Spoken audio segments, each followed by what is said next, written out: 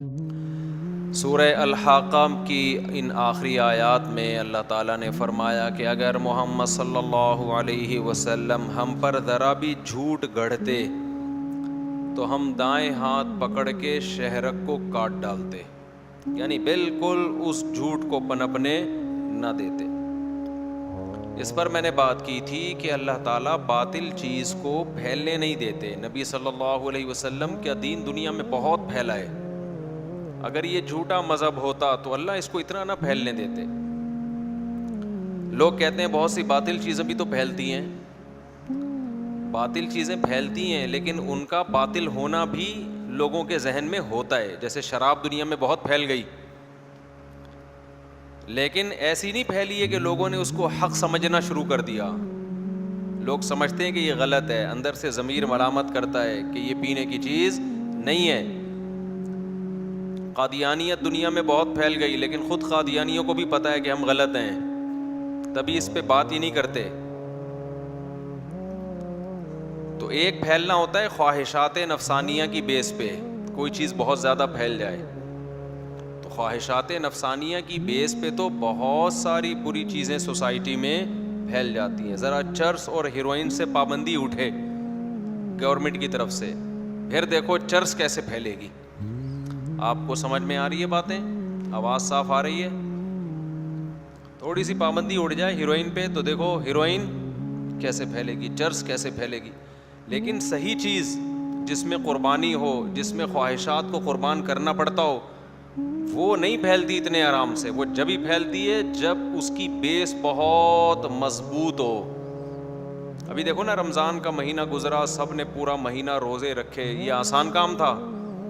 ایک مہینہ کروڑوں انسانوں کا بھوکا پیاسا رہنا، ڈاکٹر مشورہ دیتا نا 3 دن یہ کام کر لو، 3 دن بھی نہیں ہوتا ڈاکٹروں کے کہنے سے، حالانکہ صحت کو فائدہ ہے اس میں، پھر بھی نہیں کرتے لوگ۔ کتنے ہی نالائق ہیں مسلمان، مگر اللہ میاں کے کہنے پر پورا مہینہ، صبح صادق سے لے کے غروب آفتاب تک۔ بھائی یہ غلط چیز پہ ایسے تھوڑی لوگ آ سکتے ہیں، اتنی موٹیویشن کہاں سے مل رہی ہے ان کو؟ اور 1400 سال پہلے جو موٹیویشن ملی تھی، آج جو موٹیویشنل اسپیکر ہیں 3-3 4-4 گھنٹے کے پروگرام کرتے ہیں، پھر بھی لوگوں کو اس چیز پہ آمادہ نہیں کر پاتے جو لوگوں کے دنیا کے فائدے کی ہے۔ اور محمد صلی اللہ علیہ وسلم نے 1400 سال پہلے ایسی چیز پہ آمادہ کر لیا جس سے دنیا میں نقصان ہو رہا ہے، فائدہ کس کا ہو رہا ہے؟ آخرت کا۔ اس پہ موٹیویشن، اور وہ بھی 1400 سال پہلے۔ آج جو موٹیویشنل اسپیکر تقریریں کرتے ہیں، انگلش مارتے ہیں، گوروں کی کتابوں کے حوالے، سائنسدانوں کے حوالے، اور جس چیز پہ موٹیویٹ کر رہے ہوتے ہیں اس کا فائدہ بھی آپ کو فوراً نظر آئے گا۔ موٹی کا ویٹ کم ہو جائے گا اس سے۔ موٹیویٹ کرتے ہیں نا کہ ویٹ کم کرو، تو موٹی کا ویٹ کیا ہوگا؟ کم ہوگا۔ لائف، موٹے کا ویٹ بھی کم ہوگا، موٹی کا ویٹ بھی کم ہوگا، دونوں کا ویٹ کم ہوگا۔ اس پہ بھی موٹیویشن کرتے ہیں نا ڈاکٹر لوگ، لیکن آپ ڈاکٹروں کی موٹیویشن دیکھو کتنے لوگ عمل کرتے ہیں، خود ڈاکٹر عمل نہیں کر رہا ہوتا۔ ایک ڈاکٹر ہیں، بڑے دبلے ہونے کے فضائل بتاتے ہیں، نیچے لوگوں نے لکھا پھر آپ کیوں موٹے ہو؟ کمنٹس میں نیچے لوگوں نے لکھا ہوا، جب اتنی فضیل ہے تو آپ خود کیوں اتنے موٹے ہو؟ آسان نہیں ہے، حالانکہ اس کا فوری فائدہ ہے۔ اور آخرت کیا ہے؟ ہم نے جو روزے رکھے تھے رمضان میں، اس کا ثواب کب ملے گا ہمیں؟ پتہ نہیں وہ کب جا کے ملے گا۔ پھر بھی رکھ لیے یار، پھر بھی رکھ لیے۔ تو بھائی یہ بڑی پاورفل موٹیویشن ہے جس پہ فائدہ بھی نہیں نظر آ رہا، قربانی بھی بہت زیادہ، اور فائدہ بھی نظروں سے اوجھل، اور 2-4 لوگ اس پہ موٹیویٹ نہیں ہو رہے، کروڑوں انسان۔ تو یہ آسان کام نہیں ہے۔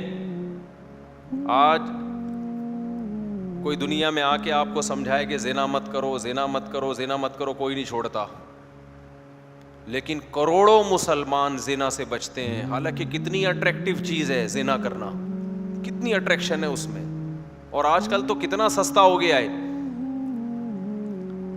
ٹھیک ہے زنا بہت پھیل گیا، اللہ تعالیٰ ہم سب کو محفوظ رکھے، لیکن مسلم قوم میں بچنے والوں کی تعداد ابھی بھی کرنے والوں سے زیادہ ہے۔ بچ کیسے؟ ایک آدمی بھی کیسے بچ رہا ہے؟ ایک آدمی بھی کیسے بچ رہا ہے؟ بھائی اچھا خاصا مشکل کام ہے، اس میں اٹریکشن اتنی ہے، لیکن آج بھی مسلمانوں میں غالب لوگ زنا سے بچتے ہیں. تو یہ کہاں سے موٹیویشن ملی ان کو؟ محمد صلی اللہ علیہ وسلم سے. کسی مذہب میں ایسی پاور نہیں ہے. عیسائیت میں طاقت ختم. عیسائی پادری روکتے ہیں لیکن ایسے روک رہے ہیں کہ ان کی روکنے کو کوئی نہیں سنتا, اور خود بھی بہت سے مبتلا ہوتے ہیں اس میں. ہندو پنڈتوں نے روک اپنی قوم کو ٹھیک نہیں کر سکے. وہ ہندو مذہب میں بھی زنا حرام ہے نا, لیکن کیا ہندوؤں میں بہت زیادہ زنا نہیں پھیل گیا؟ اتنا پھیل گیا کہ girl friend boy friend culture اتنا پھیل گیا کہ اس کو برا سمجھنا چھوڑ دیا انہوں نے. تو بھائی نارمل ہے بھائی, یہ تو سب کی ہوتی ہے گرل فرینڈ, سب کا ہوتا ہے بوائے فرینڈ, نارمل بنا دیا. بھنگیوں چماروں والے کام کو کیا بنا دیا؟ گدھے گھوڑے والے کام کو کیا بنا دیا؟ گدھے گھوڑا ہی ہے نا, فزیکل ریلیشن ہوتا ہے, اور کوئی نکاح وکاح گدھے میں نہیں ہوتا. میں ایک جگہ ڈیفینس میں بیان کر رہا تھا, گدھے گھوڑے کی کتے کی بہت مثال دی میں نے نا. اچھا, بعد میں ہمارے گارڈ نے بتایا کہ پیچھے چند سفید ریش بزرگ بیٹھے ہوئے تھے, وہ جب بھی آپ مثال دیتے تھے گدھے کی کہتے تھے استغفر اللہ استغفر اللہ, یعنی ناراض ہو رہے تھے میرے اوپر. یہ مسجد میں بیٹھ کے گدھے گھوڑے کی بات کر رہے ہیں. تو انہوں نے مجھے سمجھایا, بھائی استاد جی آپ تھوڑا سا آپ ذرا کچھ شائستہ لہجے میں کائنڈلی کر کے نا, ڈیفینس میں بیان ہو رہا ہے تو ذرا یہ بات بہت برا لگ رہا تھا ان کو. تو میں نے کہا یار زنا کے خلاف میں بول رہا ہوں, اور میں بول رہا ہوں کہ نکاح کرنا انسانیت ہے, اور عورت سے صرف فزیکل ریلیشن ہو, اپنی خواہش پوری کرنا بغیر شادی کے, یہ گدھے گھوڑے اور معذرت کے ساتھ کتوں کا کام ہے نا. اب کیا کریں, کتا تو منہ سے نکلے گا میرا, یا تو کتوں سے یہ کام چھڑوا لو آپ. کیا خیال ہے؟ گدھوں سے, کتوں سے, گھوڑوں سے یہ کام چھڑوا لو, تاکہ یہ گدھے گھوڑے کتوں کا کام رہے نہیں. کام گدھے گھوڑوں کتوں والا کر رہے ہو بھائی. اور میں اس کو بہت خوبصورت مثالوں سے میں بولوں کہ غیر اخلاقی حرکت ہے. غیر اخلاقی حرکت اتنا ہلکا لفظ زنا کے لیے, زنا کے لیے اتنا غیر اخلاقی کیا ہے بھائی؟ اتنا سا غیر اخلاقی کام ہے تو اللہ کیوں کہہ رہے 100 کوڑے مارو زانی کو, اور شادی شدہ زنا کرے تو پتھروں سے مار کے اس کو رجم کرو؟ اتنا ہلکا کام ہے. اللہ میاں تو اس سے زیادہ سخت سزا دے رہے ہیں, میں تو صرف گدھا کہہ رہا ہوں. کیا خیال ہے بھائی؟ تو گدھا پہنے پر بھی پابندی لگا رہے ہو. کہہ رہے مسجد میں گدھا نہ بولیں, یعنی مسجد کے لیے پھر مسجد سے باہر ایک الگ بیان ہو کہ اصل میں تو یہ گدھے ہیں, مسجد میں آتا ہی اس کے کنیت چینج کر دی جائے, اس کا لقب کیا کر دیں چینج, کہ یہ وہاں میں گدھا بولوں گا, یہاں جیسے ہی آئیں گے تو ڈنکی بولوں گا میں ان کو, ڈاگ. تو اتنا زیادہ اس زمانے میں بہت زیادہ جو ہے وہ یہ جو گیٹ اپ ہے نا, بہت زیادہ اچھا بنانے کی ضرورت نہیں ہے. تھوڑا سا گالیاں افورڈ کرنا سیکھیں. دیکھو ہمارے ایک دوست تھے ٹرک اسٹینڈ میں, میں وہ تو گالیاں والیاں نہیں دیتا الحمدللہ, صرف گدھے کی حد تک ہی رکھتا ہوں, اور کسی فرد کو نہیں کہتا کہ وہ گدھا ہے. کوئی خدا نخواستہ زنا میں مبتلا ہے تو میں کسی کا نام لے کے نہیں کہتا کہ یہ گدھا ہے. یہ میرے اندر جرت نہیں ہے, اور نہ میں اس کا اپنے آپ کو اہل سمجھتا ہوں.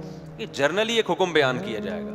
بھائی کوئی کسی برائی میں مبتلا ہے, ہمیں اللہ ہو سکتا ہے توبہ کی توفیق دے دے بھائی, ہم سے اچھا ہو وہ, تو ہم نام لے کے تھوڑی کہہ رہے ہیں, جنرلی ایک حکم بیان کر رہے ہیں. تو وہ ٹرک اڈے میں نا ہمارے ایک دوست تھے, ان کا ٹرک اڈے میں بڑا بزنس تھا, درجنوں مزدور ان کے تحت نا.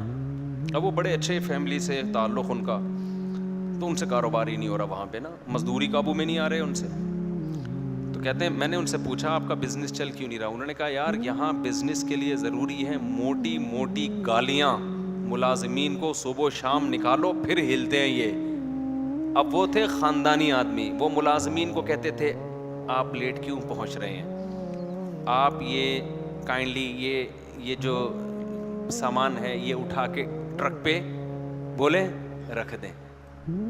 مزدوروں کو نا اس اسٹائل کی عادت رہی نہیں تھی وہاں.